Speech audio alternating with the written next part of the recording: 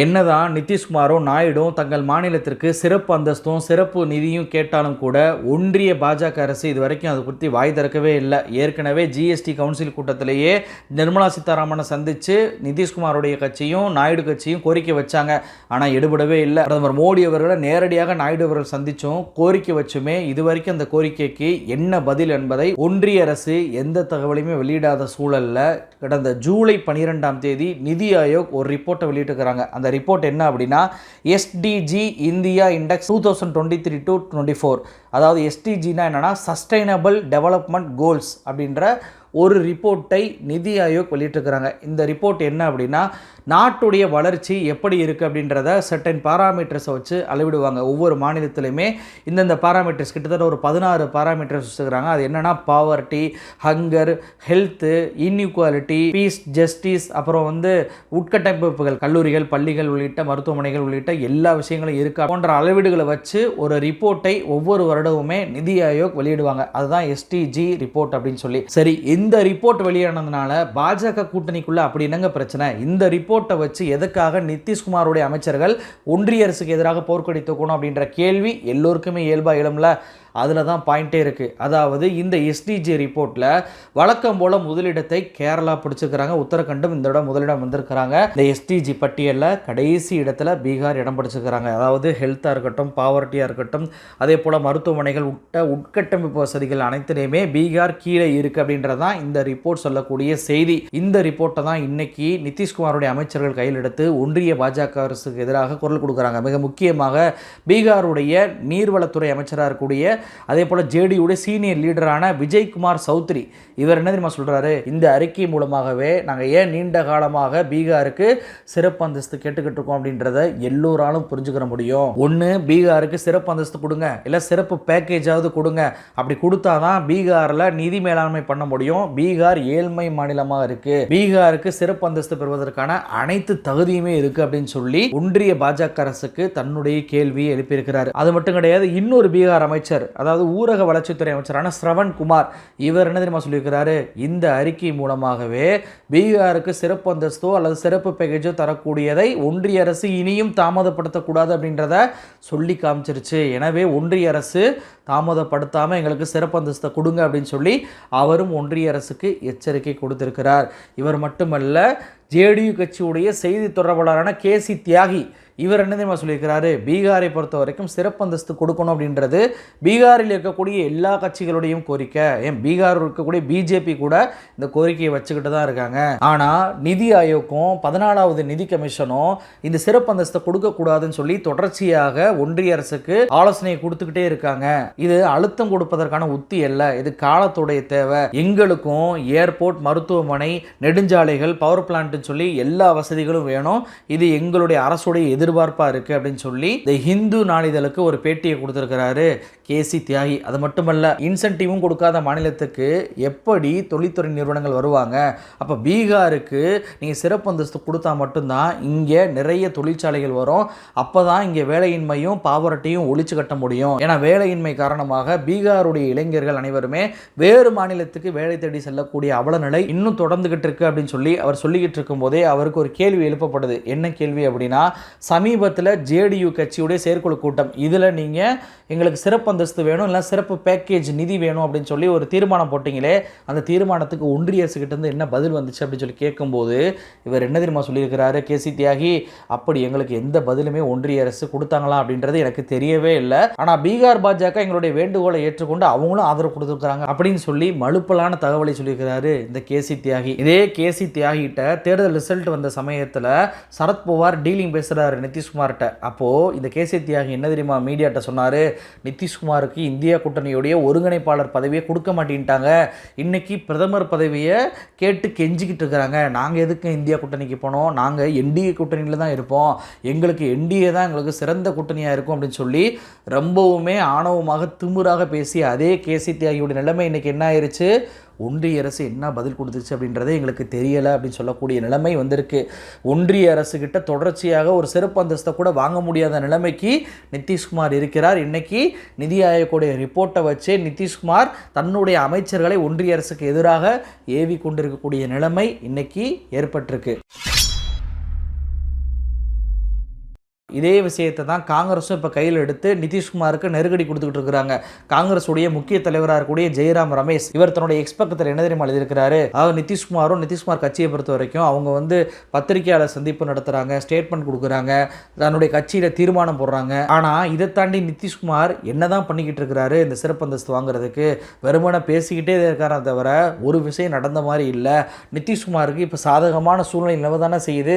Nitish Kumar strike பண்ணணும், strike பண்ணி தன்னுடைய மாநிலத்துக்கு சிறப்பு அந்தஸ்தை பாஜக கிட்டேருந்து வாங்கி தரணும் அப்படின்னு சொல்லி காங்கிரஸும் சரி ஆர்ஜேடியும் சரி இப்போ கோரிக்கைகளை நிதிஷ்குமாருக்கு வைக்க ஆரம்பிச்சுக்கிறாங்க. கூடுதல் நெருக்கடியாக நிதிஷ்குமாருக்கு இது மாறி இருக்கிறதுனால நிதிஷ்குமார் தன்னுடைய அமைச்சர்களை விட்டு இந்த அறிக்கையை வச்சு ஏவி கொண்டு பாஜகவுக்கு எதிராக இப்போ செயல்பட ஆரம்பிச்சிருக்கிறாரு. இதில் இன்னொரு கவனிக்க வேண்டிய ஒரு விஷயம் என்ன தெரியுமாங்க, வார்த்தைக்கு வார்த்தை அந்த கேசி தியாகி என்ன சொல்கிறாரு, பீகார் பாஜகவும் எங்களுக்கு ஆதரவாக இருக்காங்கன்றாருல. ஆனால் பீகார் பாஜக நிதிஷ்குமாரை கரட்டி விடக்கூடிய, நிதிஷ்குமார் மீது ஊழல் சாயம் பேசக்கூடிய எல்லா வேலையுமே ஈடுபட்டுக்கிட்டு இருக்கு. மிக முக்கியமாக பார்த்தீங்கன்னா பீகாருடைய பாஜக அமைச்சர், வருவாய்த்துறை அமைச்சராக இருக்கக்கூடிய திலீப் குமார் ஜெய்ஸ்வால் இவர் ஒரு ரிப்போர்ட்டை வெளியிட்டிருக்கிறார். என்ன சொல்லியிருக்காரு அப்படின்னா, நான் நேர்மையாக செயல்பட்டுக்கிட்டு இருக்கேன், ஆனால் இந்த அதிகாரிகள் யாருமே நேர்மையாக செயல்படுறதில்ல, பணம் கொடுத்தா மட்டும்தான் இந்த டிபார்ட்மெண்ட்டில் வேலையே நடக்குது, லேண்ட் மாஃபியா கூட சேர்ந்துக்கிட்டு இவங்க டீலிங் போட்டதுனால இன்னைக்கு ஏழை மக்கள் தங்களுடைய வேலைகளை கூட செய்ய முடியாத நிலைமைக்கு வந்திருக்கிறாங்க. ஏன்னா அவங்க கேட்கக்கூடிய பணத்தை ஏழைகளால் கொடுக்க முடியாத நிலைமை ஏற்பட்டிருக்கு அப்படின்னு சொல்லி நிதிஷ்குமார் அரசின் மீது ஊழல் சாயத்தை பூசியிருக்கிறாரு. யாரு, பிஜேபியுடைய அந்த மாநிலத்துடைய அமைச்சராக இருக்கக்கூடியவரே நிதிஷ்குமார் மீது இப்படியான ஊழல் சாயத்தை பூசியிருக்கிறார். இதனால் நிதிஷ்குமார் அரசு ஆடி போயிருக்கிறாங்க.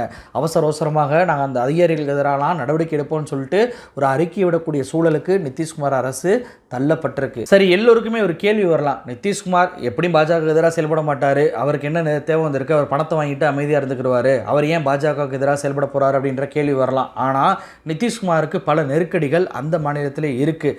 ஏன் தன்னுடைய அமைச்சர்களை இன்றைக்கி ஒன்றிய அரசுக்கு எதிராக ஏவி விட்டுருக்காரு அப்படின்னா, வரக்கூடிய சட்டமன்ற தேர்தல், அடுத்த வருஷம் பீகாரில் நடக்க போதில்ல சட்டமன்ற தேர்தல், இந்த தேர்தலோட நிதிஷ்குமார் தன்னுடைய அரசியல் வாழ்வை முடித்து கொள்ளலாம் அப்படின்ற பல்வேறு வழிவகைகள் இருக்குது. ஏன்னா நிதிஷ்குமாரை பொறுத்த வரைக்கும் அவருக்கு ஏஜ் ஆயிருச்சு, அவர் தன்னுடைய வழிகாட்டி யார் அப்படின்றத சொல்லக்கூடிய நிலைக்கு வந்திருக்கிறார். ஏன்னா சமீபத்தில் நடந்த செயற்குழுவில் கூட பார்த்தீங்க அப்படின்னா ஐஏஎஸ் அதிகாரி, ரிட்டையர்டான ஐஏஎஸ் அதிகாரியான மணிஷ் வர்மா, இவரை நிதிஷ்குமார் கட்சியுடைய தேசிய பொதுச் செயலாளராக நியமனம் பண்ணியிருக்கிறார் நிதிஷ்குமார். இவர் நிதிஷ்குமாருடைய சமூகத்தைச் சேர்ந்த, அதாவது குர்மி சமூகத்தைச் சேர்ந்தவர் தான், நிதிஷ்குமாருடைய சொந்த ஊரை சேர்ந்தவர் தான். அப்படி இருக்கும்போது நிதிஷ்குமாருக்கு பின்பு இவர் தான் வருவார் அப்படின்ற செய்திகள் இன்னைக்கு ஜேடியு கட்சியில் உலகிட்டு இருக்கு. இதற்கு முன்பு பார்த்தீங்கன்னா ஆர்சிபி சிங், அவரும் ஐஏஎஸ் அதிகாரி தான், ஆர்சிபி சிங்கை வந்து கொண்டு வந்தாங்க. ஆனால் பாஜக ஆர்சிபி சிங்கை கையில் போட்டு நிதிஷ்குமார் கட்சியை உடைக்கக்கூடிய வேலையில் ஈடுபட்டதனால ஆர்சிபி சிங்கை கட்சியிலிருந்து நீக்கினார் நிதிஷ்குமார். அதன் பின்பு பிரசாந்த் கிஷோரை துணைத் தலைவராக்கினார். ஆனால் பிரசாந்த் கிஷோர் பார்த்தீங்கன்னா சிஏஏ சட்டத்துக்கு ஆதரவாக நிதிஷ்குமார் செயல்படுகிறார் அப்படின்னு சொல்லி அந்த கட்சியிலிருந்து அவர் விலகிட்டார். அப்போ தனக்கு பின் யார் அப்படின்றத தேர்வு செய்ய வேண்டிய கட்டாயத்திலையும் நிதிஷ்குமார் இருக்கார். அதையுமே தான் நல்லா இருக்கும் போதே பண்ணிடணும்ன்ற கட்டாயத்தில் இருக்கிறதுனால தான் இந்த மாநில தேர்தலை சந்தித்து சிஎம் ஆனா மட்டும்தான் இதை பண்ண முடியும், இல்லைன்னா தன்னுடைய கட்சியை பாஜக உடைச்சிடும் அப்படின்றக்காண்டி தான் எப்படியாவது இந்த தேர்தலுக்குள்ளேயே இந்த பட்ஜெட்லேயே சிறப்பு அந்தஸ்தை நம்ம வாங்கிடணும் அப்படின்றக்காண்டி தான் நிதிஷ்குமார் தொடர்ச்சியாக பாஜக அரசுக்கு தன்னுடைய அமைச்சர்களை ஏவியே நெருக்கடி கொடுக்கக்கூடிய நிலையை உருவாக்கி வருகிறார். அது மட்டும் கிடையாது, மாநிலம் விட்டு மாநிலம் நெருக்கடி கொடுக்குறாரு சொன்னால, அது என்ன அப்படின்னா, பொதுவாகவே பீகாரை பொறுத்த வரைக்கும் அது முன்னாடி ஜார்க்கண்டும் சேர்ந்து தான் இருந்துச்சு. ஜார்க்கண்டில் நிதிஷ்குமாருக்கும் இன்னமும் ஆட்கள் இருக்க தான் செய்கிறாங்க. ஆனால் 2019 ஜார்க்கண்ட் தேர்தலில் நிதிஷ்குமாரை கலட்டி விட்டு பாஜக மட்டுமே அங்கே வந்து தேர்தலை சந்திச்சாங்க. ஆனால் இந்த முறை நிதிஷ்குமார் பாஜகவுக்கு நெருக்கடி கொடுக்க வேண்டும் என்பதற்காகவே அங்கே, அதாவது முன்னாடி பிஜேபியில் அமைச்சராக இருந்த, இப்போது பிஜேஎம் அப்படின்ற கட்சியை நடத்தி வரக்கூடிய ஜாம்ஷெட்பூர் கிழக்கு எம்எல்ஏவான சர்யூ ராய், இவரை பாட்னாவுக்கு வர சொல்லி அவர் சந்தித்து உன்னுடைய கட்சியை என் கட்சியோட சேர்த்துக்க, இந்த தேர்தலை நம்ம 2 பேரும் இணைந்தே சந்திக்கலாம் அப்படின்னு சொல்லி ஒரு கோரிக்கை வச்சிருக்கிறாரு. அதையும் சர்யூ ராய் ஏற்றுக்கொண்டிருக்கிறார். இந்த சர்யூ ராயை பொறுத்த வரைக்கும் பார்த்தீங்கன்னா பாஜகவுடைய சிஎம்மாக இருந்த ரகுபர் தாஸையே அந்த தொகுதியில் தோற்கடித்து இவர் எம்எல்ஏ ஆனவர். அப்படி இருக்கும்போது இவருக்கும் பாஜகவுக்கு ஆகவே ஆகாது. அவரை நிதிஷ்குமார் தன்னுடைய கையில் எடுத்துக்கொண்டு இன்னைக்கு ஜார்க்கண்டில் தன்னுடைய கட்சியை வலுப்படுத்தக்கூடிய வேலையில் ஈடுபடுறாரு. இந்த முறை இந்த சட்டமன்ற தேர்தல் வரப்போகுது ஜார்க்கண்டில் இந்த வருஷமே. இந்த தேர்தலில் எப்படியாவது பாஜக கிட்ட அதிகமான சீட்டுகளை வாங்கணும், நம்ம ஜார்க்கண்டில் கால் பதிக்கணும் அப்படின்னு சொல்லி நிதிஷ்குமார் தன்னுடைய ஆட்டத்தை துவங்கி இருக்கிறார். அப்போ நிதிஷ்குமாரை பொறுத்த வரைக்கும் எப்படியாவது தன்னுடைய சக்சீடர் யார் அப்படின்றத நியமனம் பண்ணிடணும் இந்த தேர்தலுக்கு முன்னாடியே. அதே போல போல் தேர்தலுக்கு முன்னாடி சிறப்பு அந்தஸ்து வாங்கிடணும். ஏன்னா சிஎம் ஆனால் மட்டும்தான் இதெல்லாம் அவரால் பண்ண முடியும். அதே போல் நம்மளுடைய கட்சியை பீகாரை தாண்டி ஜார்க்கண்ட்லேயும் கொண்டு வரணும் அப்படின்றதுக்காக ஒட்டுமொத்தமாக பாஜகவுக்கு நெருக்கடி கொடுக்கக்கூடிய எல்லா வேலையிலுமே நிதிஷ்குமார் இப்போ ஈடுபட்டுக்கிட்டு இருக்கிறார். சரி, இது பீகாருடைய கதை.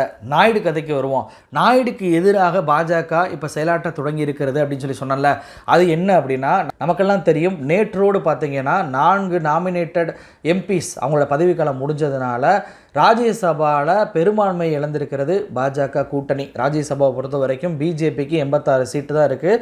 அதே போல் என்டிஏ கூட்டணி நிதிஷ்குமாரும் நாயுடையும் சேர்த்தோம் அப்படின்னா 101 சீட்டு வரும். பெரும்பான்மைக்கு 114 சீட்டு தேவை. ஆனால் 7 நாமினேட்டட் எம்பிஸ் இருக்கிறாங்க. அதே போல் சுயேட்சைகள் 2 எம்பிகள் இருக்கிறதுனால 9 எம்பிக்கள் அதுலேருந்தே வந்துடுவாங்க. அப்போ கிட்டத்தட்ட 110 எம்பிக்கள் பாஜகவுக்கு வந்துடுவாங்க. இன்னும் 4 எம்பிக்கள் தான் தேவை. இந்த 4 எம்பிக்களுக்குமே வேறு கட்சிகளை சார்ந்து இருக்கக்கூடிய நிலைக்கு ஒன்றிய பாஜக அரசு வந்திருக்கிறாங்க. ஏன்னா அப்போ தான் ராஜ்யசபாவில் ஏதாவது பில்களை கொண்டு வந்தால் பாஸ் பண்ண முடியும். அப்படி வேற என்ன கட்சிகள் ஆப்ஷனில் இருக்குது அப்படின்னா ஏடிஎம்கே இருக்குது. ஏடிஎம்கேக்கு 4 சீட் இருக்குது. ஆனால் அவர்கள் ஒத்துழைப்பு கொடுப்பாங்களா அப்படின்றது சந்தேகம் தான். பிஆர்எஸ் கட்சி இருக்குது, அவங்கள்ட்ட 4 பேர் இருக்கிறாங்க. ஆனால் அவர்களும் ஒத்துழைப்பு கொடுப்பாங்களா அப்படின்றது கேள்விக்குறி தான். நவீன் பட்நாயக்குடைய பிஜேடி கட்சி அவங்களுக்கு 9 எம்பிக்கள் இருக்கிறாங்க. ஆனால் அவர்களுமே எதிர்கட்சி வரிசையில் போய் இணைஞ்சிட்டாங்க. எதிர்கட்சியோடைய சேர்ந்து இந்தியா கூட்டணி ராகுல் காந்திலாம் வெளிநடப்பு பண்ணால் இவங்களும் சேர்ந்து வெளிநடப்பு பண்ணக்கூடிய சூழ்நிலைகள்லாம் இருப்பதனால இந்த 9 பேருமே பிஜேபிக்கு ஆதரவு கொடுப்பதற்கான வாய்ப்பு என்பது சுத்தமாக இல்லை. இப்போ மீதி இருப்பது ஒரே ஒரு கட்சி, ஜெகன்மோகன் கட்சி. ஜெகன்மோகன் கட்சி கிட்டத்தட்ட 11 பேர் இருக்கிறாங்க. ஜெகன்மோகன் கட்சியை பொறுத்த வரைக்கும் இப்போது இந்த மணிப்பூர் சம்பந்தமாக குரல்கள்லாம் எழுப்பி வெளிநடப்புலாம் பண்ணாங்கல்ல, அப்போது பார்த்திங்கன்னா இந்தியா கூட்டணி ஏன் இவ்வளோ மோசமாக பேசுகிறாங்க, ஏன் இவ்வளோ மோசமாக நடந்துக்கிறாங்க, பார்லிமெண்ட்டை சுமூகமாக நடத்த விடுங்க, அரசாங்கத்துக்கு ஒத்துழைப்பு விடுங்க அப்படின்னு சொல்லி ஒய்எஸ்ஆர் காங்கிரஸ் கட்சி ஜெகன்மோகன் கட்சி பாஜகவுக்கு ஆதரவாக நின்றுச்சு. அப்போ இந்த 11 பேருடைய ஆதரவை வேறு வழியே இல்லை, பாஜக பெற்று தான் ஆகணும். சரி, அப்படி பெற்றதுனால என்ன பிரச்சனைன்னு கேட்குறீங்களா? அங்கே தான் பிரச்சனை. ஏன்னா நாயுடு ஆந்திரா சிஎம்மாக இருக்கிறார். அவர் ஒய்எஸ்ஆர் காங்கிரஸுக்கு எதிராக பல்வேறு விஷயங்களை மாநில பண்ணிக்கிட்டு இருக்கிறாரு. அங்கே நிறைய ஜெகன்மோகன் ரெட்டியோடைய ஆட்கள் கைது பண்ணப்படுறாங்க. ஜெகன்மோகன் ரெட்டியோட வீடு கூட அலுவலகம் கூட இடிக்கப்பட்டதெல்லாம் நம்ம பார்க்க தானே செஞ்சோம்.